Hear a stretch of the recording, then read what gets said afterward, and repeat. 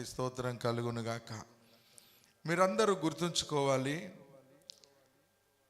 మీరు ఎక్కడ ఉన్నా, ఏ ప్రాంతంలో ఉన్నా, ఏ పరిస్థితిలో ఉన్నా, ఏ స్థితిలో ఉన్నా, మీరు జీవం గల దేవుని యొక్క వాక్యాన్ని గట్టిగా పట్టుకోవాలి. దేవుని వాక్యములో తన తల్లి ఏమని చెప్పింది? నేను మొక్కులు మొక్కుకొని కనిన నా కుమారుడా, నేను నీకేమని చెప్పాలి అని అంటూనే తన మనసులో మాట కుమారునికి చెప్పేసింది. ఒకవేళ నీవు నీ కుటుంబానికి తల్లివైతే, తండ్రివైతే, నీ పిల్లలకు ఇలా చెప్పాలనే వాక్యము నీకు ఉపదేశిస్తుంది. తప్పకుండా ఈ వాక్యము నిన్ను బలపరుస్తుంది. ఎస్, గ్లోరీ గ్లోరీ, హల్లెలూయా. ఒకవేళ మీరు యవ్వనులా, మీకు యవ్వన బిడ్డలు ఉన్నారా, కుమారులు కుమార్తెలు ఉన్నారా,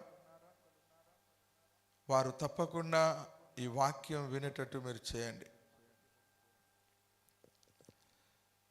నీ బలము స్త్రీలకు ఇయ్యకుము. ఎందుకు దేవుడి మాట చెప్తున్నాడంటే, ప్రతి యవ్వనుడు ఈ విషయములో తప్పకుండా తొట్టిల్లుతాడు. దేవుని వాక్యం అంటుంది, యవ్వనస్తులు తప్పక తొట్టిల్లుదురు. ఇది మీకు తెలుసు.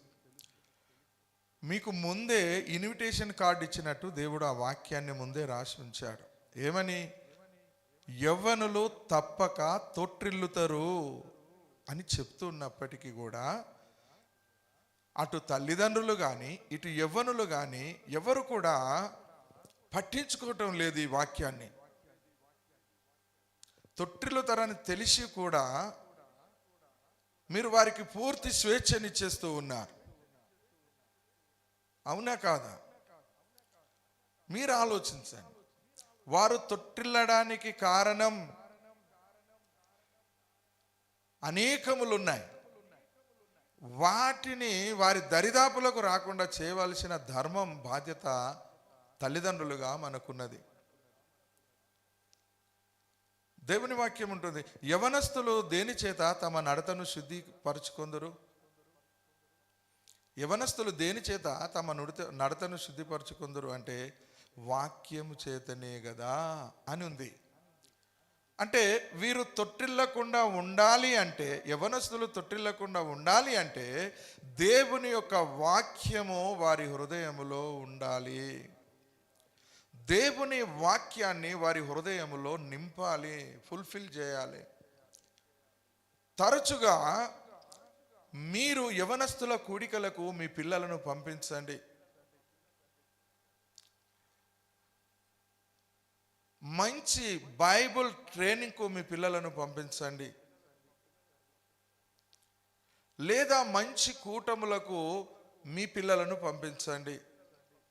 లేదా మంచి గృహ కూడికలు జరుగుతున్నప్పుడు మీ బిడ్డలను, కుమారులను తప్పకుండా మీ వెంట తీసుకెళ్ళండి.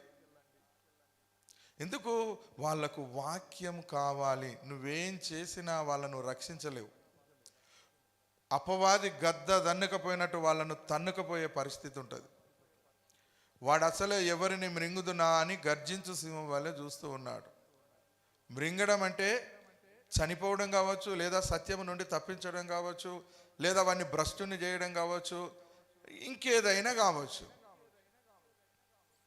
మరి దేవుడు కూడా ముందే చెప్పాడు కదా, యవ్వనస్తులు తప్పకుండా తొట్టిల్లుతారు, జాగ్రత్త.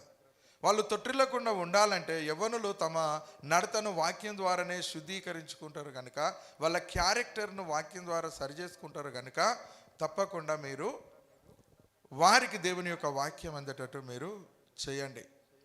చాలామంది యవ్వనస్తులు ఉన్నారు ఈ రోజులలో, చాలామంది యవ్వనస్తులు ఉన్నారు. ఆ యవ్వనస్తుల గురించి నేను నిన్న కొన్ని విషయాలు చెప్పాను. కానీ ఈరోజు ఆ యవ్వనస్తుల విషయంలో నేను కొన్ని విషయాలు నేను మీకు చెప్పాలనుకుంటున్నాను. దేవునికి స్తోత్రం కలుగునుగాక. ప్రైజ్ ది లార్డ్, హల్లెలూయా.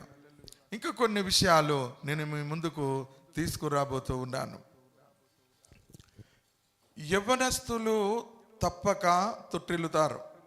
ప్రతి విధమైనటువంటి పరిస్థితులలో వారు ఉంటారు. ఆ పరిస్థితులలో వారు ప్రయాణము చేస్తారు. వారు ఎక్కడ పడిపోతారో వారికి తెలియదు. ముఖ్యంగా స్త్రీలు కానీ పురుషులు కానీ ఎక్కడ ఎక్కువ పడిపోతారు అంటే లైంగిక సంబంధాలు అనేటువంటి విషయంలో పడిపోతూ ఉంటారు. ఆ లైంగిక సంబంధమైన విషయంలో పడిపోయి చిన్నప్పటి నుండి నవమాసాలు మోసి పెంచి పెద్ద చేసినటువంటి తల్లిని, బాధ్యతలన్నిటినీ సక్రమంగా నెరవేర్చి నిన్ను ఒక స్థితికి తీసుకొచ్చిన తండ్రిని ఒక క్షణంలో నువ్వు మర్చిపోతూ ఉన్నావు. ఎవరో ఒక అమ్మాయితో నువ్వు కనెక్ట్ కాగానే, లేదా ఎవరో ఒక అబ్బాయితో నువ్వు కనెక్ట్ కాగానే నీ తోడబుట్టిన నీ అన్నదమ్ములను మర్చిపోతున్నావు, నీ అక్క చెల్లెలను మర్చిపోతున్నావు, నీ కన్న తల్లిదండ్రులను మర్చిపోతున్నావు, నీ బంధువులను మర్చిపోతున్నావు. కేవలము నీ సుఖం చూసుకొని దానికి నీవు అట్రాక్ట్ అయ్యి ఆ వ్యసనానికి నీవు అలవాటు పడి ఏం చేస్తున్నావు? వీరందరినీ కాదని నువ్వు వెళ్ళిపోతూ ఉన్నావు. ఇది కాదు, ఇలా జరగడానికి గల కారణం ఏంటంటే, ప్రియమైన దేవుని బిడ్డలారా, పిల్లలు తొట్టిల్లుతారని, యవ్వనస్తులు తొట్టిల్లుతారని దేవుడు చెప్పిన ఆ మాటను ముందు మనము గ్రహించకపోవడమే. కానీ తల్లిదండ్రుల మాట వినే పిల్లలు ఎంతమంది ఉన్నారండి? తల్లి చెప్పినా తండ్రి చెప్పినా వినరు. నువ్వేంది నాకు చెప్పేదని మాట్లాడే పిల్లలు ఉన్నారు. నాకు అంత తెలుసు అనేటువంటి పిల్లలు ఉన్నారు. అమ్మాయిలు ఉన్నారు, అబ్బాయిలు ఉన్నారు. ఇప్పుడు మాకు సర్టన్ ఏజ్ వచ్చేసింది, మేమేం చేయాలో మాకు తెలుసు, మీరేం చెప్పాల్సిన అవసరం లేదని చెప్పేటువంటి, ఎదురు తిరిగి మాట్లాడే అటువంటి యవ్వనస్తులు ఉన్నారు. అర్ధాంతరంగా వాళ్ళ ఆయుష్ను పోడగొట్టుకుంటున్నారు. మొన్నటికి మొన్న నేను ఒక సంఘటన చూశాను. 3 యువకులు బాగా ఒక బార్లోకి వెళ్ళి త్రాగి స్పీడ్ డ్రైవ్ చేస్తూ ఒక డివైడర్కు గుద్దుకొని 3 అక్కడికక్కడే ప్రాణాలు విడిచిపెట్టారు. యవ్వనస్తులారా, మీరు ఒకసారి ఆలోచించండి. మిమ్ములను కన్నా మీ తల్లిదండ్రులకు, మీ తోబుట్టువులకు మీ మీద కొన్ని ఎక్స్పెక్టేషన్స్ ఉంటాయి, కొన్ని ఆలోచనలు ఉంటాయి. వారిని మీరు అర్థం చేసుకోక మీకు ఇష్టమైనటువంటి జీవితాన్ని మీరు జీవిస్తూ మీ ప్రాణాలను మీరు అనవసరంగా పోగొట్టుకుంటున్నారు. నీకు కుటుంబ బాధ్యత తెలియడం లేదు, నీ తల్లిదండ్రులు పడే బాధ నీకు తెలియడం లేదు. నీ మీద ఆశలు పెట్టుకొని నీ తోబుట్టువులు ఉన్నారన్న ఆలోచన నీకు లేదు. అయ్యో నా చెల్లెకు పెళ్లి చేయాలి, అయ్యో ఆ బాధ్యత నా మీద ఉన్నదని నువ్వే రోజు కూడా గ్రహిస్తలేవు. అయ్యో మా అక్కకు పెళ్లి చేయాలి, నో, ఇలాంటి ఆలోచనలు లేవు. అయ్యో మా తమ్మునికి, మా అన్నకు కూడా పెళ్ళిళ్ళు కావాలి, వాళ్ళు పేదతనంలో ఉన్నారు, మా కుటుంబం పేదతనంలో ఉన్నది, మేము దాని నుండి బయటికి రావాలి ఎలా అని ఆలోచన చేసి ఒక ప్రార్థన చేసే అటువంటి స్థితిలో నువ్వు లేవు. అందుకే నీకు కుటుంబం మీద బాధ్యతలు లేవు. ఇప్పుడు నువ్వు దేనికి అలవాటు పడిపోయావంటే జలసాలకు అలవాటు పడిపోయావు. చాలామంది ఈరోజు మనం టీవీ ఆన్ చేస్తే కనిపిస్తుంది, ఎక్కడ చూసిన మీడియాలో కనిపిస్తుంది, ఎక్కువగా ఈ దినాలలో నష్టపోయేది, ప్రాణాలు కోల్పోయేది ఎవరయ్యా అంటే యవనస్తులే. మొత్తం వాళ్ళ లైఫ్ అంతా నాశనం చేసేసుకొని చివరికి కుటుంబాన్ని మొదటి నుండి చివరి వరదాకా బ్రతుకు దినములన్నిట ఏడుపుతో దుఃఖముతో నింపేస్తూ ఉన్నారు. నా కుమారుడా, ఒకసారి నువ్వు ఆలోచన చేయి. నీ తల్లిదండ్రులు నీ మీద కొన్ని ఆలోచనలు పెట్టుకుంటారు. అయ్యో నా కుమారుడు, మేము వృద్ధులమైనప్పుడు మా కుమారుడు మాకు సహాయకారిగా ఉంటాడు, మాకేదైనా సహాయం చేస్తాడు, మా కొడుకున్నాడు, మమ్మల్ని ఎట్లనైనా కాటికి పోయేంత వరకు మాకు తోడుగా ఉండి మా ప్రతి అవసరత అక్కడ తీరుస్తాడు అని వాళ్ళు అనుకుంటారు. కానీ నీ పరిస్థితులు దానికి ప్రతికూలంగా ఉన్నాయి, అనుకూలంగా లేవు. వాళ్ళు ఆశించినట్టు నువ్వు లేవు. అందుకని చాలా జాగ్రత్త. మీరు పడిపోయేది పురుషుడు స్త్రీ దగ్గరనే పడిపోతూ ఉన్నాడు. ఏ యవ్వనుడైనా లైటింగ్ పర్పస్లో వెళ్ళిపోతూ ఉన్నాడు. అమ్మాయిలను బనాయించడం, చిడాయించడం, లేకపోతే వాళ్ళను అవమానించడం, లేదా బలాత్కారాలు చేయడం, జీవితాలను నాశనం చేయడం. మొన్న ఒక చిన్న పిల్లవాడే, ఆడు మైనరే, ఆ పాప నన్ను ప్రేమించలేదని చెప్పేసి ఆ పాప గొంతు కోసి వాడు కూడా వచ్చి గొంతు కోసేసుకున్నాడు. వాడు చచ్చిండు, ఆమె చచ్చిపోయింది. ఏమొచ్చింది? ఎందుకు మీ జీవితాలను పాడు చేసుకుంటారు?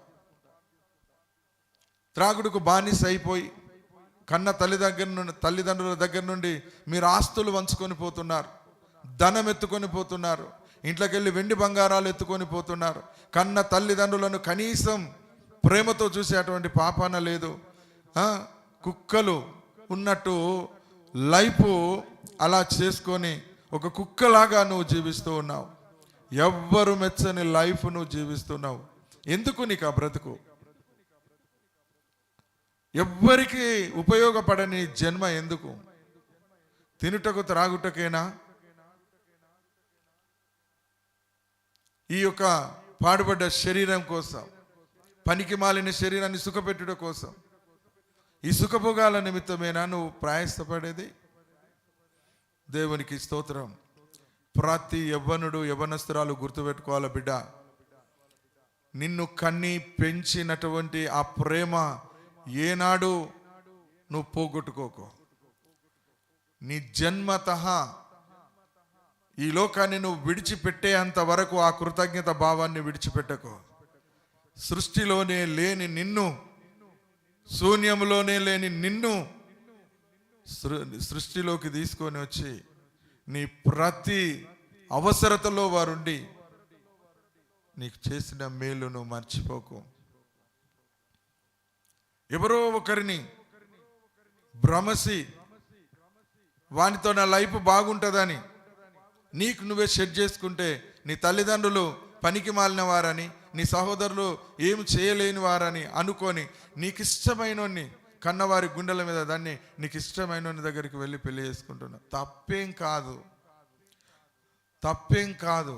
అలాంటిది ఒప్పించి చేసుకుంటే నీతో పాటు నీ తల్లిదండ్రులు, నీ కుటుంబం కూడా సంతోషంగా ఉంటుంది. అయితే ఆలస్యం అవుతుంది, కానీ ఒకవేళ దేవుడే అతన్ని నీకు భర్తగా నియమిస్తే, భార్యగా నియమిస్తే తప్పకుండా ఆ రోజు వచ్చినప్పుడు అది జరుగుతుంది. తొందరపడకండి, దేవదాసులు కాకండి, దేవదాసీలు కాకండి. మీరు నిజం చెప్తున్నాను, ఈ లైఫ్ మళ్ళీ రాదు, ఈ జన్మ మళ్ళీ రాదు. Only one time human life. ఒక్కసారి మాత్రమే దేవుడు మనకు అనుగ్రహించిన ఒక గొప్ప బహుమానం, గొప్ప వరం. మనం ఈ లోకాన్ని ఒకరోజు విడిచిపెడతాం, ఈ లోకాన్ని విడిచిపెట్టి వెళ్ళిపోతాం. శాశ్వత కాలం ఇక్కడ ఉండడానికి రాలేదు. కనుక యవ్వనుడా, ఓ యవ్వనస్తురాలా, మీకోసమే ఈరోజు ఈ వాక్యాన్ని మీ యొద్దకు తీసుకొస్తున్నాను. వద్దు, పోకిరి చేష్టలు మానేయి, పోకిరి బుద్ధులు మానేయి, కామతప్తమైన చూపులు మానేయి, వ్యర్థమైన దృశ్యాలు చూడడం మానేయి, సినిమాలని షికార్లని వెళ్ళడం మానేయి. ఎందుకంటే ఇవన్నీ మానేస్తే లైఫ్ ఎందుకు అనుకునే వాళ్ళు కూడా కొందరు ఉంటారు. ఎంత విచ్చలవిడి జీవితం జీవిస్తే అంత ఆనందపడే వాళ్ళు ఉన్నారు. కానీ అలాంటి లైఫ్ వద్దు, అలాంటి లైఫ్లు వద్దు. ఎందుకంటే నీకు తెలియకుండా ఈ లోకంలో చాలా భయంకరమైనటువంటి రోగాలను పెట్టాడు దేవుడు. నువ్వు దేనికి గురై నీ లైఫ్ నాశనం చేసుకుంటావో తెలియదు. నాకు తెలిసిన ఒక ఆమె ఇలా తొందరపడి తల్లిదండ్రులను కాదనిపోయి ఒక అతన్ని వివాహం చేసుకుంటే, వాడు నవ్వించిండు, కవ్వించిండు, కావలసిన అన్ని డ్రెస్సులు తెచ్చిండు, కాస్మెటిక్స్ తీసుకొచ్చిండు, అన్నీ కావలసిన అన్ని హంగులు తెచ్చి, నువ్వే నా రాణివి, నువ్వు తప్ప నాకు ఇక లోకమే లేదు, నీతోనే చావు అన్నీ చెప్పిండు. పాపము ఆ పాప ఆ మాటలని నమ్మి బోర్ల పడి వాడిని వెంబడిపోతే పోయిన తరువాత, నిజం చెప్తున్నా, పోయిన తరువాత జరిగిందేందో తెలుసా? వాడు పెద్ద త్రాగుబోతని, వాడు పెద్ద దొంగని, వాని లైఫ్ చాలా భయంకరమైనదని తెలిసేసరికి ఈ అమ్మాయి తల్లడిల్లిపోయింది. ఏం చెయ్యాలో తెలియనటువంటి నిస్సహాయ స్థితిలో ఆ పాప ఉండిపోయింది. అయ్యో చేతులారా, నా జీవితాన్ని నేను నాశనం చేసుకున్నానని చెప్పేసి అనుకున్నది. ఎందుకు అలా చేసిందంటే, లవ్ మ్యారేజ్ అయితే వాళ్ళిద్దరే చేసుకున్నారు, కానీ వానికి ధనాపేక్ష ఎక్కువ ఉన్నది. వానికి ధనం కావాలి, వాని తల్లిదండ్రులకు ధనము కావాలి, కట్నం కావాలి. ఎవరైనా బాగా కట్నం ఇచ్చే అమ్మాయి ఉంటే ఆమెను పెళ్లి చేసుకుందామని చూస్తున్న తరుణంలో వీడు ఆలోచన చేశాడు. ఈ మాట్లాడివంటే అమ్మాయిని లవ్ చేసి, డబ్బున్న అమ్మాయిని చూసి లవ్ చేసి ఆమెను తీసుకొని వెళ్ళి పెళ్లి చేసుకుంటే తర్వాత వాళ్ళు ఎట్లనైనా పిలిచి మాకు చేస్తారు, ఏదో 4 రోజుల్లో మర్చిపోతారు అనుకున్నారు. కట్నం తేలేదని, కట్నం కావాలని నువ్వు వట్టిగా మా అబ్బాయి ఎంబడి వచ్చినవని చెప్పి ఆమెను బహుగా టార్చర్ పెట్టి పెట్టి పెట్టి పెట్టి ఆమెను చాలా మానసికంగా హింసించారు. ఇదెవరు అన్యుల గురించి కాదు నేను మాట్లాడేది, క్రైస్తవుల గురించి. మీరు అనొచ్చు, క్రైస్తవుడు కట్నం అడుగుతాడా అని. నిజమే, మీరు చెప్పండి, క్రైస్తవుడు కట్నం అడుగుతాడా? నిజమైన క్రైస్తవుడైతే కట్నం అనేది దేవుడు నీకు ఇచ్చే బహుమానము. దేవుడు నీకు కట్నంగా ఏమిస్తున్నాడు? నీకు ఒక మంచి భార్యని ఇస్తున్నాడు. ఆమె పెద్ద కట్నం. ఈరోజు క్రైస్తవ సంఘాలలో కూడా, యేసుక్రీస్తు సంఘాలలో కూడా ఈ కట్నం అనేది చాలా భయంకరమైన పెనుభూతం అయిపోయిందండి. ఈరోజు చూసేవాళ్ళు కూడా ఎలాంటి సంబంధాలు చూస్తున్నారు? జర బాగా ఉన్న కుటుంబమా, బాగా బలిసిన కుటుంబమా, లేకపోతే ఫారెన్లో ఉన్నటువంటి వాళ్ళ, ఎన్ఆర్ఐలు ఉంటారు కదా, ఇలాంటి వాళ్ళ చూసి వివాహము చేసుకోవడానికి వీళ్ళైతే బాగా కట్నం ఇస్తారు, ఎట్లయినా మంచిదే అని చెప్పేసి ఆ కట్నం కొరకు ఆశపడి మాట్లాడుకుంటున్నటువంటి వాళ్ళు ఉన్నారు. అంటే ఈరోజు నేను అడుగుతా, నీకు కట్నం ముఖ్యమా, క్యారెక్టర్ ముఖ్యమా? కట్నం ముఖ్యమైతే చాలా దొరుకుతాయి, కానీ క్యారెక్టర్ ముఖ్యమంటే ఈ రోజులలో నీకు అరుదు ఉన్నది, అది నీకు దొరకదు. మంచి క్యారెక్టర్ కలిగిన భర్త కావాలన్నా, మంచి క్యారెక్టర్ కలిగిన భార్య కావాలన్నా నీకు దేవుని కృప ఉంటే తప్ప వీళ్ళు దొరకరు. అందుకే క్రైస్తవ సంఘాలలో కట్నం అనే అటువంటి ఒక పిశాచిని మనం తీసి బయట వారేయాలి. ఓసారి టీవీ 9లో చూసాను నేను, కట్నం అడిగేవాడు ఓ గాడిద అని చెప్పాడు. ఈ గాడిదలకు బుద్ధి రాదు, ఈ గాడిదలకు బుద్ధి రాదు. కట్నము అనేది ఎవడైతే మాట్లాడుతాడో వాడిని చట్టపరంగానైనా శిక్షించాలి. వాడు దేవుని పేరు చెప్పుకొని దేవుని సంఘంలో ఉండి దేవుడు బిడ్డ ఉండి వాడు కట్నం అడుగుతున్నాడు అంటే వాడు మారు మనసు లేని వ్యక్తి అని నువ్వు వెంబడే గ్రహించాలి.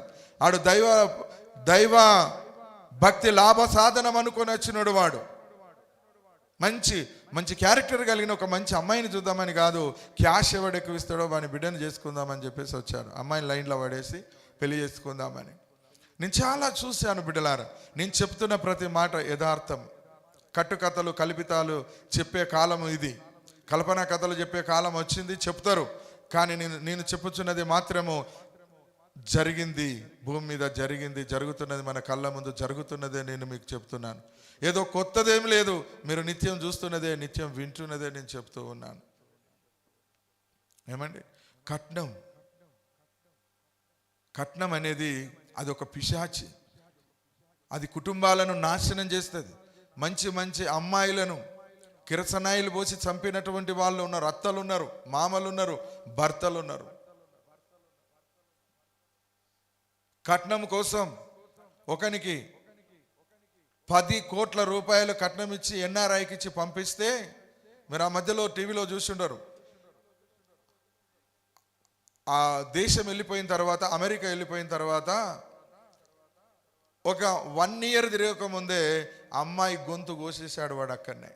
ఇంకా కట్నం కావాలి, ఇంకా కట్నం కావాలని ఏదో వచ్చింది, గొంతు కోసేశాడు. ఈ యొక్క ధనదాహం అనేది ఎవరికైతే ఉంటుందో వాడు క్రైస్తవుడు కాదు. కట్నం అడిగింది అనుకో, వాడు క్రైస్తవుడు కాదు. నువ్వు డిసైడ్ చేయి. ఆత్మ కలిగిన వానికి ఆత్మ సంగతులు అర్థమవుతాయి. వింటానవా? ప్రకృతి సంబంధమైన వానికి ప్రకృతి సంబంధమైన మాటలు అర్థమవుతాయి, కానీ ఆత్మ సంగతులు వానికి అర్థం కావు. నువ్వు నిజంగా దేవుని కుమారుడు అయితే, నిజంగా దేవుని భక్తునివి అయితే నువ్వు ఎట్టి పరిస్థితిలో కట్నం అనే మాట నీ నోట రానియకు. కట్నం అనేది ఏంటిదండి? ఒకసారి ఆలోచన చేసినవాను, నీకైనా బిడ్డలు ఉండొచ్చు, నువ్వు ఒకనికి ఇత్త కట్నం ఇవ్వాలి. నీ కొడుకులు ఉన్నారు, ఏ నుంచి నేను పిల్లని తెస్తావా, ఆడు కట్నం ఇవ్వాలని చూస్తున్నావు కదా, మరి వాని దగ్గర నుంచి తెచ్చుడేంది, నీ దగ్గర నుంచి ఇచ్చుడేంది? ఇదే చెప్పండి, ఇదేమన్నా అవసరమా? వాని నుంచి తెచ్చుడేంది, ఈ నుంచి ఇచ్చుడేంది? ఇది మొత్తమే లేకుండా చేస్తే నీ వల్ల కాదా? ఏదైనా యుద్ధం ముఖంతోనే మొదలవుతుంది. యుద్ధం మొదలు పెట్టండి. యవ్వనస్తులారా మీకు చెప్తున్నా, ఎవడైనా కట్నం అడిగితే వాణ్ణి సంఘములో నుండి కూడా బయటికి వెళ్ళగొట్టండి. దైవజనులారా మీరు ఆలోచన చేయండి. మీరు ధనాశకు లోబడి మీరు ఇలాంటి సంబంధాలు చూడకండి. నాకు ఒక ఆయన చెప్తున్నాడు, మీ పాస్టర్ మంచోడని నేను నమ్మి ఒక సంబంధం చూడమని అంటే వాళ్ళకు వీళ్ళకు బ్రోకరిజం చేసి 10,000 అడిగిండట. సరే 10,000 పోతావు అని మంచి సంబంధం చూసి నన్ను పాస్టర్ మొకన్నా 10,000 కొట్టేసి ఆ పెళ్లి చేస్తే, పెళ్ళి అయిన తర్వాత ఆ ఇంటికి వెళ్తే అమ్మాయికి నరకాన్ని చూపించారట.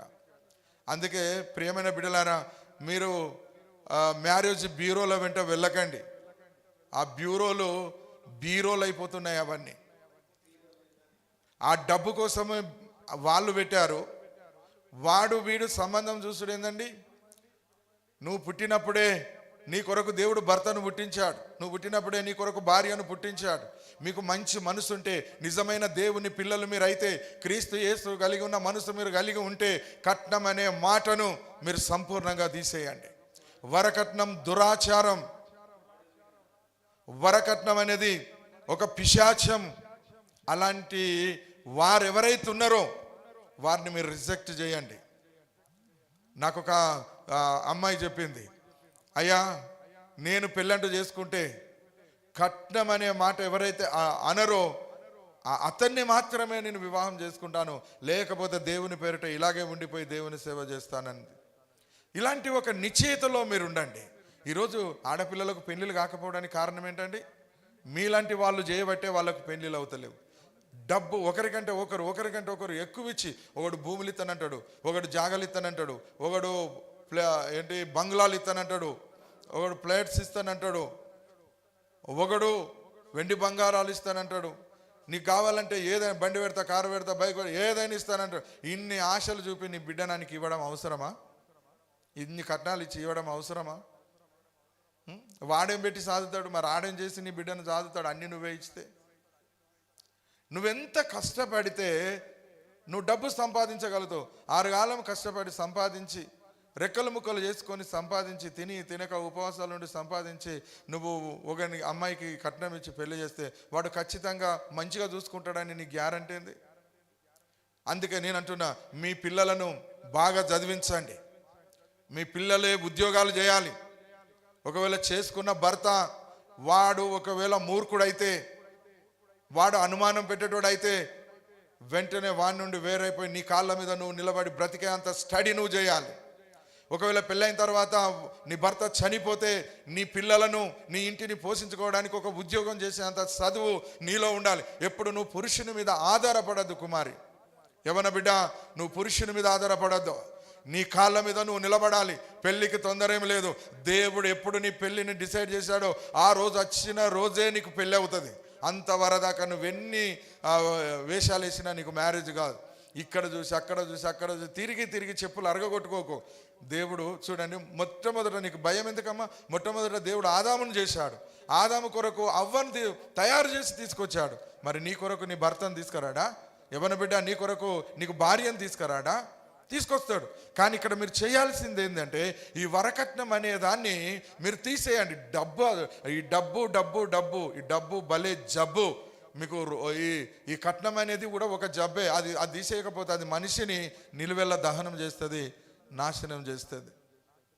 దయచేసి చెప్తున్నా, సంఘాలలో ఉన్న వారందరికీ చెప్తున్నా, మీరు ఈ వీడియోని షేర్ చేయండి. కనీసం వాళ్ళకు బుద్ధి జ్ఞానం అని వస్తుంది. నిజం చెప్తున్నానండి. ఎందుకంటే సమాజాన్ని మనం మార్చాల్సింది ఉన్నది. దేవుడు ఏమన్నాడు?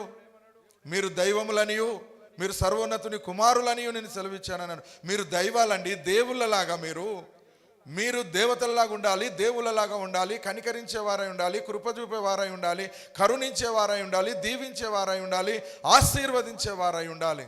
ఏంటంటే మీరే గద్దలు పీక తిన్నట్టు వాళ్ళని పీక తింటే మీరు ఎలా దేవునికి పిల్లలు అవుతారు? నిజంగా చెప్తున్న బిడ్డలారా, మీకు ఒక మంచి భార్య కావాలంటే, మీకు ఒక మంచి భర్త కావాలంటే మీరు దేవునికి ప్రార్థన చేయండి. ఆయన క్యాస్ట్లెస్ చూస్తాడు, ఆయన క్యారెక్టర్ను చూస్తాడు. మీకు మంచి భవిష్యత్తును దేవుడిస్తాడు. ఎందుకంటే వీళ్ళందరూ ఇలాంటి ఆలోచనలు చేస్తున్నారు. ఎవరు డబ్బున్నోళ్ళు గాలాలు వేస్తున్నారు. ఎవరు డబ్బున్నోడు, ఎవని బిడ్డ అయితే బాగుంది, లేకపోతే ఎవని కొడుకు బాగున్నాడు. ఏందండి ఇదేండి ఇప్పుడు జరిగేది? సంఘం బాగుపడుతుందా? రేపు నీ పిల్లలకు కూడా ఇదే నేర్పుతావా? మీ అవ్వ ఇంత కట్నం తెచ్చింది, నేను ఇంత కట్నం మీకు ఇస్తారా అని అంటావా? తల్లి తండ్రుగా మీరు ఆలోచించి మీ పిల్లలకు నేర్పించండి అండి. మీ పిల్లలను కూర్చొని, కుమారుడా కట్నం వద్దు, ఒక కన్న తండ్రి ఉసురు పోసుకోకు, ఒక కన్న తల్లి ఉసురు పోసుకోకు. వాళ్ళు ఏడ్చుకుంటే ఇచ్చేది మనకేది ఆశీర్వాదం కాదు. వాళ్ళు కష్టపడ్డది వాళ్ళు తినాలి, వాళ్ళు కష్టపడి సంపాదించుకున్నది వాళ్ళ కడుపుకు తినాలి, వారి పిల్లలు క్షేమంగా ఉండాలి. అంతేగాని మనము వాళ్ళను దోపిడీ చేయకూడదు, వారి నుండి ఉచితంగా ఏది మనం తీసుకోకూడదు. వారి కుమార్తెను మనకిచ్చి మన ఇంటికి కోడలుగా పంపుతున్నారు, అదే దేవుడు మనకిచ్చిన భాగ్యము అని నీ బిడ్డకు, నీ కొడుకు నువ్వు చెప్పగలవా? ఓ తల్లి నువ్వు చెప్తావా? నీ బిడ్డకు మంచి బుద్ధులు మంచి జ్ఞానాలు నువ్వు నేర్పిస్తావా? ఇలాంటివి నేర్పి. ఎవడు చెప్పిండ్రా నీ కట్నం అడగమని? ఎందుకు బిడ్డ నీ కట్నం? కష్టపడి పని చేసుకొని బతుకు. ఎన్ని రోజులు బతుకుతావు? మా అంటే అందరు బతికినట్టు 60-70 సంవత్సరాలు, అంతకంటే ఎక్కువ బతుకవు. బతికినా కూడా వేస్టే. ఒకని రెక్కల కష్టం ఎందుకు నువ్వు దోపిడీ చేసుకుంటావు? ఒకటి నీకు ఎందుకు ఇవ్వాలి? నువ్వు కష్టపడు. భూమి మీదకి వచ్చినప్పుడు నువ్వు చెమటోడ్చు, నువ్వు బ్రతుకు, నువ్వు ఇతరులను బ్రతికించు, ఇతరులకు నువ్వు సహాయం చేయి. ఎందుకు కట్నాల పేరిట పిశాచవై ఎందుకు వాళ్ళను పీడించి ఇంట్లో సమాధానం లేకుండా నువ్వు బతుకుతావు? ఎప్పుడు ఎందుకు ఇవ్వాలిరా నీకు? ఒకసారి ఆలోచన చేయి. ఎందుకు ఇవ్వాలి? మంచిది కాదు. ఇది మంచి ఉద్దేశం, ఇది దేవుని చిత్తంలో లేదు, ఇది దేవుని ఉద్దేశం కాదు. నువ్వు మంచిగా ఉంటే దేవుడు నిన్ను అంతకంటే ఎక్కువ చూసుకుంటాడు. మంచి మనసు నీకు ఇస్తే దాచబడిన ధన నిధిని ఆయన నీకు ఇస్తాడు. నువ్వు నిజంగా యేసు బిడ్డవేనా? నువ్వు దేవుని బిడ్డవేనా? కుమారునివి కుమార్తెవేనా? ఆయన ఏమంటాడు? ఆయన సర్వ సంపదల గని, హల్లెలూయా, సర్వకృపానిధివి, సంపదల గనివి. సర్వకృపానిధి, సంపదల గనండి. ఆయన దగ్గర దాచబడిన ధనం ఉన్నది. మరుగై ఉన్న ధన నిధులను, మరుగైన స్థలంలో దాచబడిన ధనాన్ని ఆయన నీకు ఇస్తానని వాగ్దానం చేశాడు. నన్ను అడుగు, నేను నీకు ఇస్తా. అరే, నువ్వు అడగాల్సింది పిల్లనిచ్చినోని కాదు, నువ్వు అడగాల్సింది నిన్ను పుట్టించినోని అడగాలి. నిన్ను పుట్టించిన నీ దేవుణ్ణి అడగాలి. ఏం అడుగుతావో నన్ను అడుగు, నేను నీకు ఇస్తానన్నాడు. ఆయనను అడిగే ధైర్యం లేదు, ఆయనను అడిగే దమ్ము లేదు, ఆయనకు ప్రార్థన చేసే విధానం లేదు. రాక్షసునిగా నువ్వు మారిపోతున్నావు. ఆడపిల్లలైనా అంతే ఉన్నారు. తల్లిదండ్రులు లేకపోతే నాకు కట్నం ఇయ్యవా? నువ్వు నాకు ఇవ్వాలి. నువ్వు ఏదో ఇంతకుముందు వాళ్ళకి పెళ్లి చేశాడేమో, అక్కకి ఇచ్చినట్టు నాకి, చెల్లెకి ఇచ్చినట్టు నాకి లొల్లిలు పెట్టుకుంటున్నారు. ఇయ్యకపోతే నీ ఇంటి మొకాన నేను రాను, నువ్వు చచ్చినా రానని. ఈరోజు కన్న బిడ్డలు అత్తలేరు, కన్న కొడుకులు అత్తలేరు. ఏందండి ఈ యొక్క విష బీజాలను మనం తీసివేయాలి. నా మట్టుకైతే నేను ప్రయత్నం చేస్తున్నాను ప్రియులారా. చెప్పడమే కాదు, చేస్తున్నాను. బోధించడమే కాదు, అది ఆచరణలో పెట్టడానికి నేను ప్రయత్నం చేస్తున్నాను. మనందరం మారుదాం. హల్లెలూయా. మనం మారితే మన బ్రతుకు మారురా. మనం మారితే మన బ్రతుకు మారుతుంది. మనం మారాలి, ఎవరినో మార్చడానికి కాదు. నువ్వు మారు. నువ్వు నిజంగా యేసు ప్రభు బిడ్డవైనా, నమ్మి బాప్తిసం తీసుకున్నావా? నువ్వు నిజంగా దేవుని కుమారుడు అయితే దేవుడే సకలం నీకు తీసుకొని వస్తే ఇస్తాడు.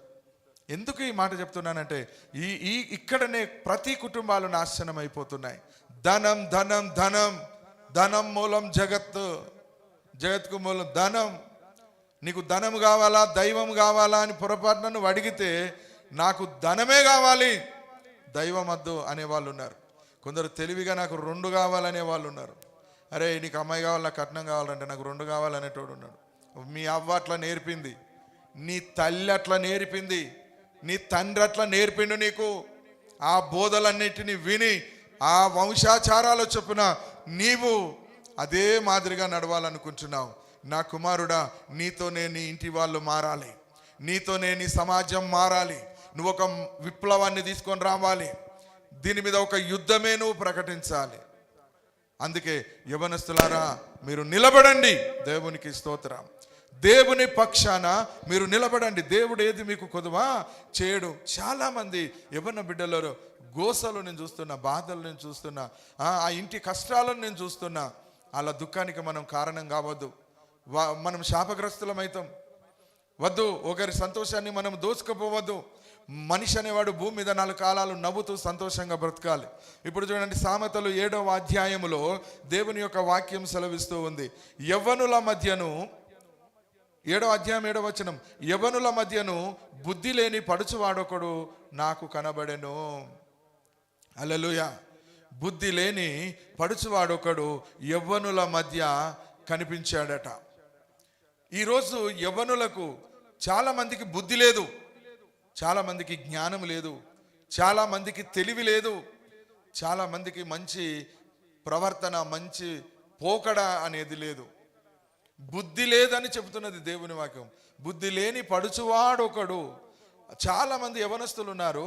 ఆ యవనస్తుల మధ్య బుద్ధి లేని పడుచువాడు ఒకడు ఉన్నాడు. ఆయనకి ఎందుకు బుద్ధి లేదు అంటే, వానిని ఒక జారస్త్రీ అనే అటువంటి ఒక వ్యక్తి అతన్ని చూసి అతన్ని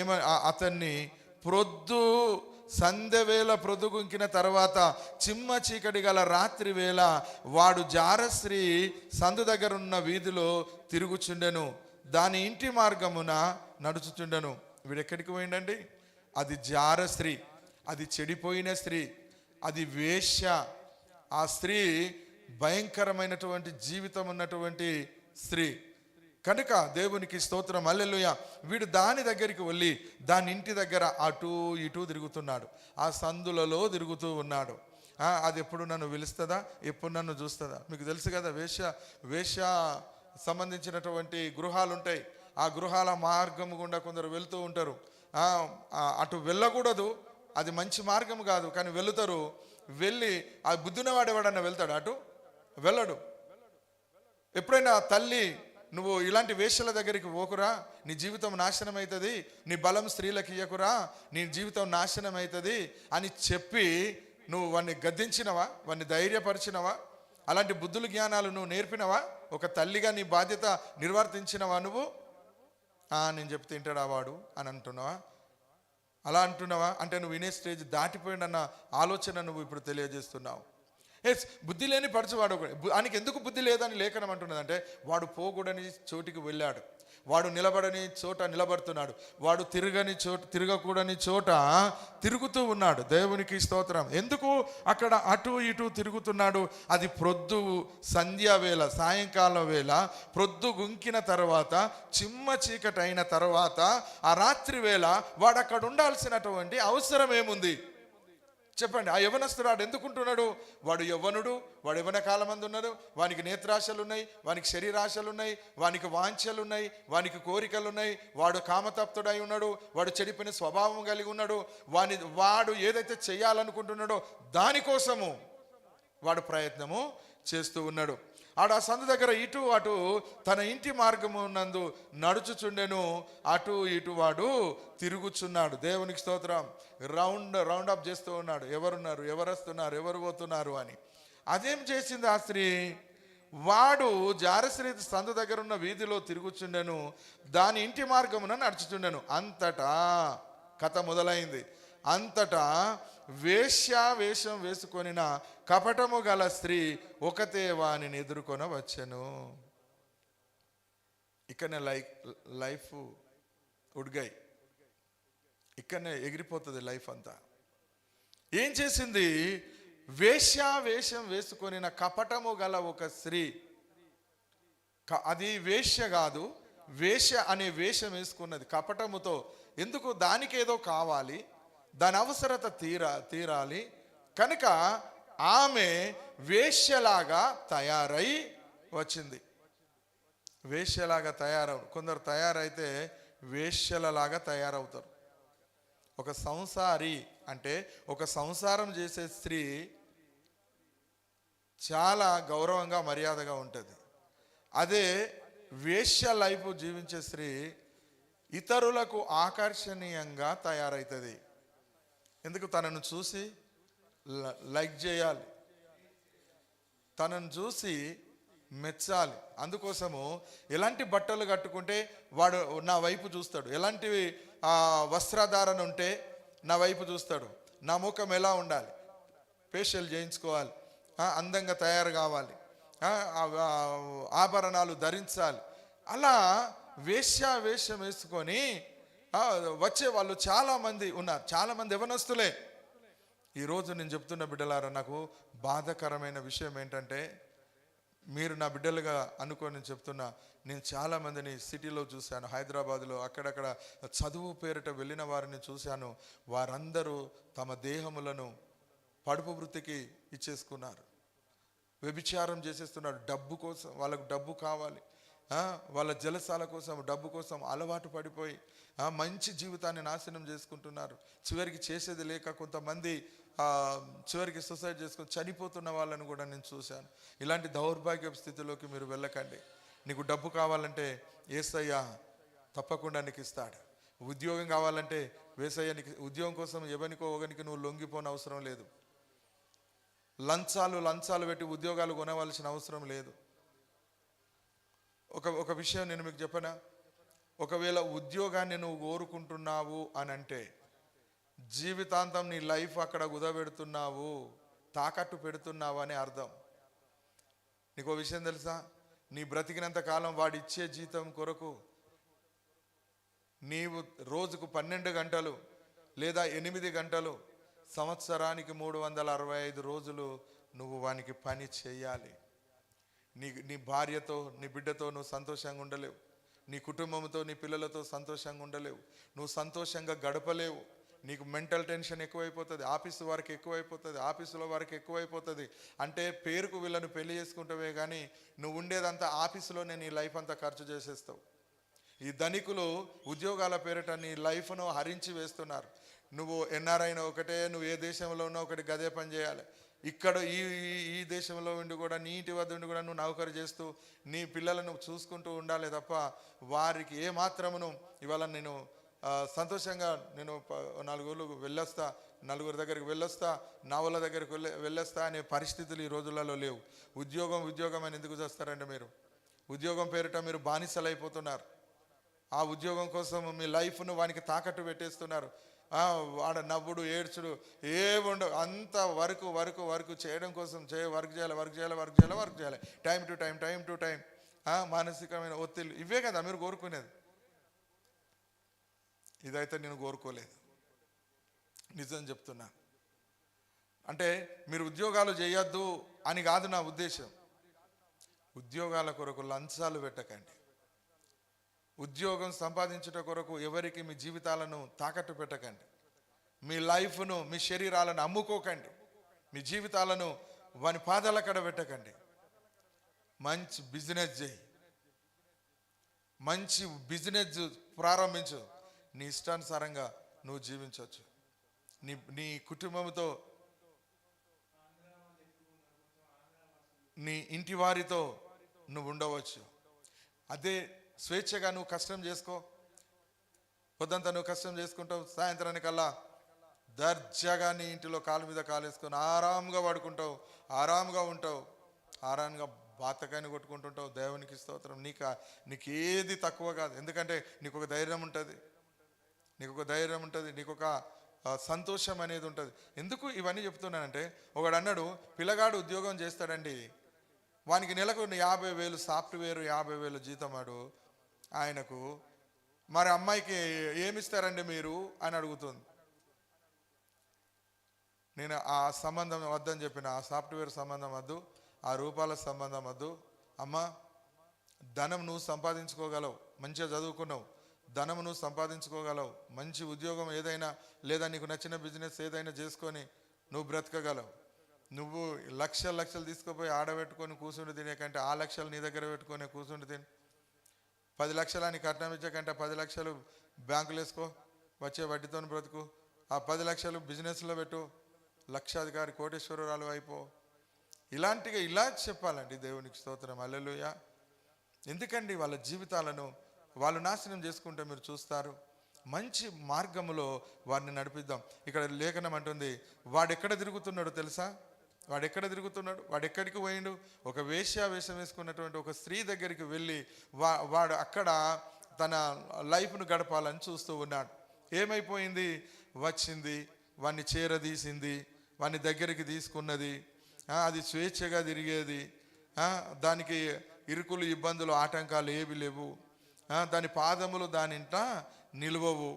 ఒకప్పుడు ఇంటి ఎదుట నుండి ఒకప్పుడు సంత వీధులలోనూ అది ఉండును, ప్రతి సందు దగ్గరను అది పొంచి ఉండును. వానికి ఇది దొరికింది. ఏమైంది? ఆ స్త్రీ యొక్క మాటలకు. మరి స్త్రీ ఎలా మాట్లాడుతుందో తెలుసా మీకు? వేశ్య మాటలు ఎలా ఉంటాయో మీకు తెలుసా? దాని మాటలు నూనె కంటే నునుపుగా ఉంటాయి, తేనె కంటే తీయగా ఉంటాయి. మరి నీ పిల్లలకు చెప్పినవా నువ్వు? వేశ్యల మాటలు ఇలా ఉంటాయి కొడుక, వేశ్యల జీవితాలు ఇలా ఉంటాయి, వాళ్ళ మాటలు ఇలా ఉంటాయి.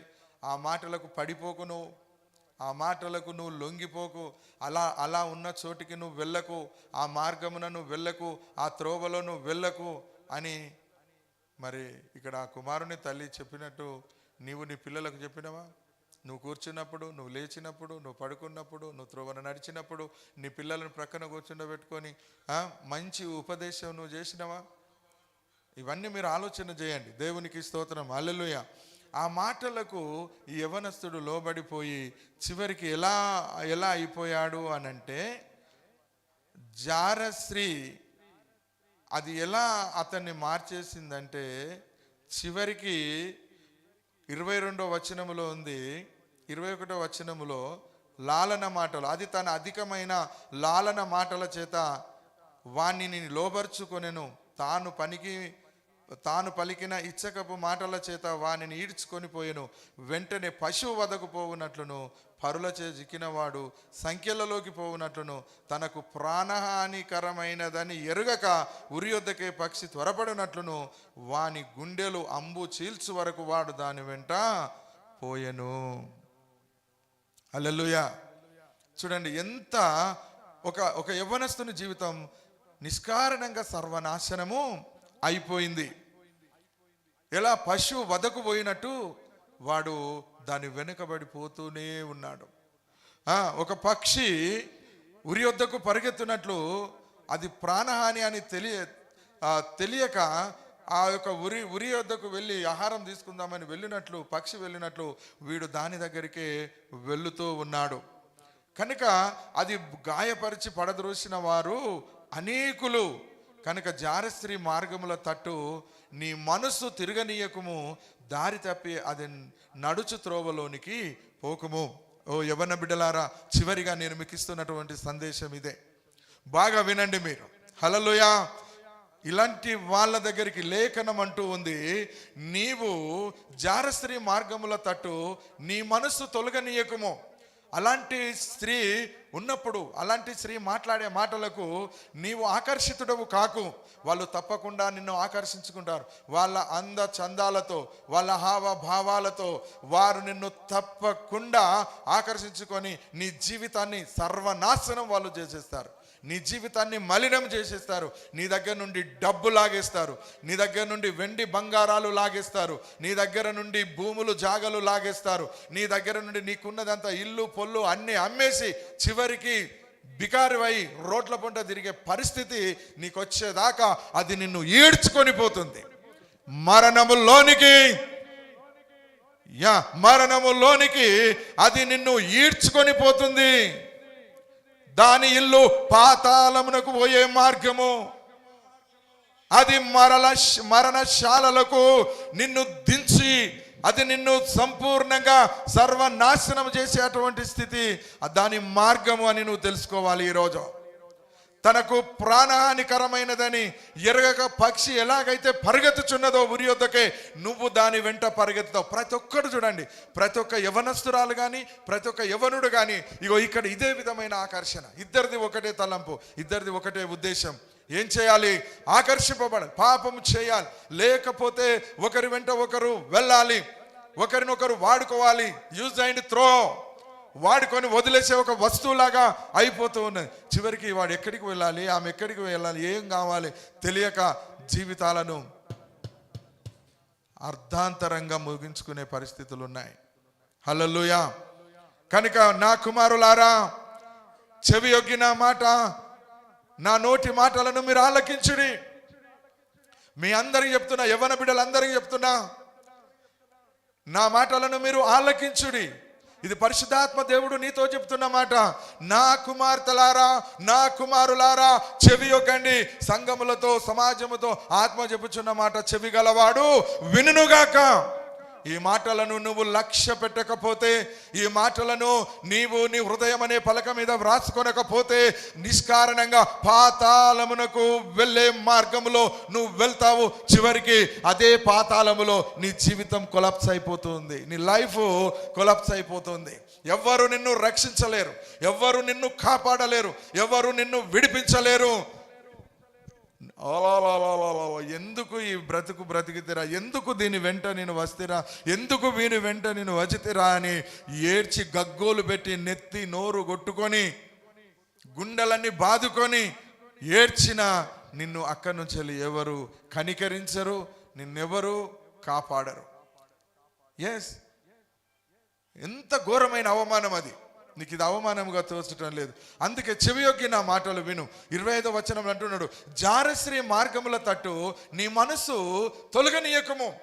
ఎక్కడనైతే జారశ్రీలు ఉన్నారో, ఎక్కడనైతే వ్యభిచార స్త్రీలు ఉన్నారో, ఎక్కడనైతే నిన్ను నీ ఇంటిని పాతాళంలోకి పడవేసేటువంటి మనస్తత్వం కలిగిన వారు ఉన్నారో, ఎప్పుడైతే నిన్ను కవ్వించి నవ్వించి నిన్ను లోపరుచుకొని నీ జీవితంలో ఉన్నదంతా దోచేసుకొని నిన్ను బికారుగాన్ని చేసేటువంటి స్థితులు ఉన్నాయి కనుక వాళ్ళ వైపు నీవు నీ మనసును ఆకర్షింపనీయకుము.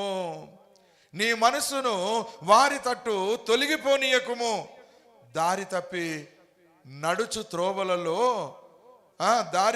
అది నడుచు త్రోవలలో నీవు పోకుము. దాని మార్గంలో నువ్వు పోకుము. దానికి దయా దాక్షిణ్యాలు ఉండయి, దానికి కనికరాలు ఉండయి. చాలా భయంకరమైన పరిస్థితి అది. నిన్ను ఒక్కసారి మెడకబడ్డ పాము కరవదంటారు బిడ్డ. ఒక్కసారి నీ జీవితంలో గనుక అది జరిగితే సర్వం నాశనమే, సర్వం నాశనమే. హల్లెలూయా. కనుక దేవునికి స్తోత్రం. అందుకే ఇక్కడ ఒక మాట దేవుడు మాట్లాడుతున్నాడు. కాబట్టి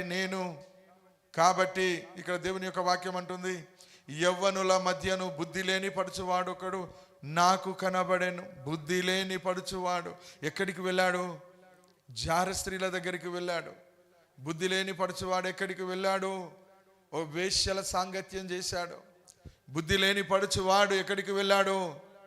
ఒక మంచి క్యారెక్టర్ ఉన్నటువంటి వ్యక్తి వెళ్ళకూడని చోటికి వెళ్ళి తన జీవితమును అర్ధాంతరంగా ముగించుకున్నాడు.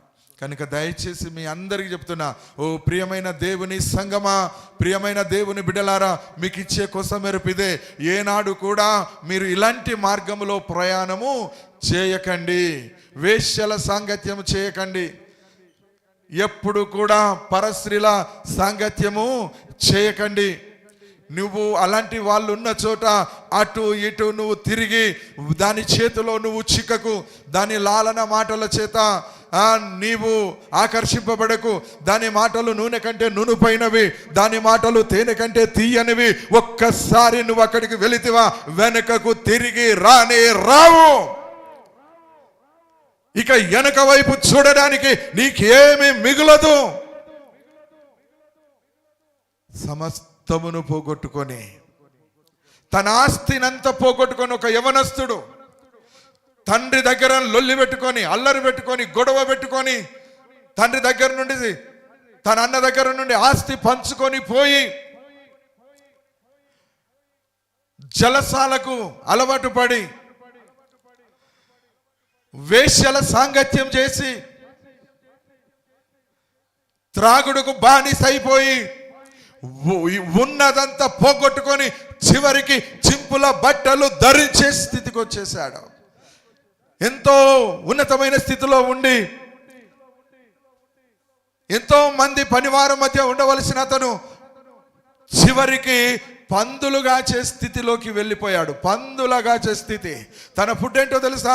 పందులకేసే పొట్టు కూడా, ఆహారము కూడా తినడానికి ఇష్టపడే అటువంటి దీన స్థితికి వెళ్ళిపోయాడు. ఏమన్నా బిడ్డ ఆలోచన చేస్తున్నావా? నీ తల్లి దగ్గర నుండి ఆస్తుల పంపకాలు కోరుతున్నావా? నీ తల్లి దగ్గర నుండి ధనం ఆశిస్తున్నావా? డబ్బు ఆశిస్తున్నావా? నాకు ఇవ్వు, నాది నాకు ఇవ్వు, నేను ఎక్కడికైనా వెళ్ళిపోతా, నాది నాకు ఇవ్వు, పంచివ్వు, నా ఆస్తి నాకు పంచివ్వు, వీనయ్యా వీనవ్వ సంపాదించినట్టు ఇవ్వు అంటే ఆ కన్న తండ్రి గుండె బాధను అర్థం చేసుకోలేక ఆ యవనస్తుడు వేదనకు గురి చేసి ఆస్తినంతా పంచుకొని పోయి వేశ్యలకు ఇచ్చాడట. వేశ్యలకు ఉన్నదంతా ఊడగుంజుకొని కట్టు బట్టలు కూడా నీ పేయి మీద లేకుండా పంపించే వాళ్ళ జీవితం అది. వాళ్ళ జీవితం అది. వారికి నీ సర్వస్వం దారబోసి, నీ డబ్బును, నీ ధనము, నీ ఇల్లు పొల్లు అన్ని దారబోసి నీ బ్రతుకును నాశనం చేసుకుంటే ఏమొస్తుంది బిడ్డ? ఒక యవనస్తుడు సమస్తాన్ని పోగొట్టుకొని బికారిగా తిరిగి వచ్చేసిన పరిస్థితి. ఎందుకు అలాంటి స్థితిలోకి వెళ్ళకు. బుద్ధి లేనటువంటి వాడివి కాకు. ఓ బుద్ధి లేని యువకుడా, ఓ బుద్ధి లేని యువకురాలా, జాగ్రత్త. ఇలాంటి దుస్థితి నుండి, ఇలాంటి దుష్ట సాంగత్యము నుండి బయటికి రా. దుష్ట సాంగత్యము మంచి నడవడిని చెరుపుతుంది. నా కుమారి కుమారుడా, నా యవన బిడ్డలారా, మీరు దుష్టుల ఆలోచన చొప్పున నడవకండి, మీరు పాపుల మార్గమున నిలవకండి, మీరు అపహాసకులు కూర్చుండు చోటను కూర్చుండకండి. రండి, దేవుని యొక్క వాక్యాన్ని ధ్యానించుదాము. దేవుని యొక్క వాక్యములో మనము లీనమైపోదాము. మన నడతను శుద్ధి చేసుకుందాం. ఎలా? ఏ సోపు పెట్టి రాసినా, ఏ సబ్బు పెట్టి రాసినా నీ మైల పోదో, నీ పాపం పోదో. యవ్వనస్తులు దేని చేత తమ నడతను శుద్ధి చేసుకుందరు? నీ వాక్యము ద్వారానే ప్రభువా. ఓ దేవా, నీ వాక్యము ద్వారానే యవ్వనస్తులు బాగుపడతారు. నీ వాక్యము ద్వారానే యవ్వన బిడ్డలు వారి జీవితాలను మార్చుకుంటారు. కనుక యవ్వన బిడ్డలారా, నేను మీ కొరకు ప్రార్థన చేస్తున్నా. రండి, మంచి చదువులు చదవండి, మంచి జ్ఞానమును సంపాదించండి. బుద్ధి లేని పడుచు వాళ్ళ వల్ల మీరు ఉండకండి. యేసు రక్తమే జయం, యేసు రక్తమే జయం. గ్లోరీ శబకరంద రకులారా భాష్యాలరకియా ఐజూజమై కందరకులారా బరబా. హల్లెలూయా. రండి, యెహోవా ధర్మశాస్త్రమునందు ఆనందించుచు దివారాత్రములు దానిని ధ్యానించుదాము. దేవుని వాక్యాన్ని పఠించుదాము. మన బ్రతుకులు మారుతాయి, మన జీవితాలు మారుతాయి. మన సుఖాలను మనం పొందుకునేటట్టు, మన ఐశ్వర్యం పొందుకునేటట్టు మన దేవుడైన యేసయ్య మనలను దీవిస్తాడు. సర్వ సంపదలను నీకు ఇస్తాడు, సకల ఐశ్వర్యమును నీకు ఇస్తాడు. దానికోసం నువ్వు ప్రాకులాడకు. వ్యర్థమైనటువంటి ఆలోచనలు కలిగి కుటుంబాలను నాశనం చేయకు, నాశనం చేసుకోకు. ఏ స్త్రీని ఇబ్బంది పెట్టకు. ఓ పురుషుడా, ఏ స్త్రీని నువ్వు ఇబ్బంది పెట్టకు. ఏ స్త్రీ గుండె కోతకు నువ్వు కారణము కాకు. ఏ స్త్రీ మరణానికి కారణము నువ్వు కాకు. ఓ యవ్వన బిడ్డ, ఏ పురుషుడు కూడా నీ వల్ల తన ప్రాణమును, తన ఆస్తిని పోగొట్టుకోకూడదు. రండి, దేవునికి స్తోత్రం. దేవుని వాక్యము చేత మన నడతలను శుద్ధి చేసుకుందాం. దేవుని వాక్యము చేత మన హృదయాన్ని శుద్ధి చేసుకుందాం. రండి, మన బ్రతుకులను మార్చుకుందాం. దేవునికి స్తోత్రం. హల్లెలూయా. ఇలా మన పిల్లలకు తల్లిదండ్రులమైన మనం చెప్పాలి. యవనస్తులైన మీరు ఈ మాటలు విని మీ ఆలోచన విధానాన్ని, ధోరణిని మార్చుకొని రాబోయే మంచి భవిష్యత్తు, బంగారు భవిష్యత్తుకు పునాదులు వేద్దాము. ఈ యొక్క డబ్బు, ధనదాహము, వరకట్న పిశాచాలు ఇలాంటి వాటి నుండి మనం బయటకు వద్దాము. ఒక మంచి సమాజాన్ని, నవ సమాజాన్ని మనం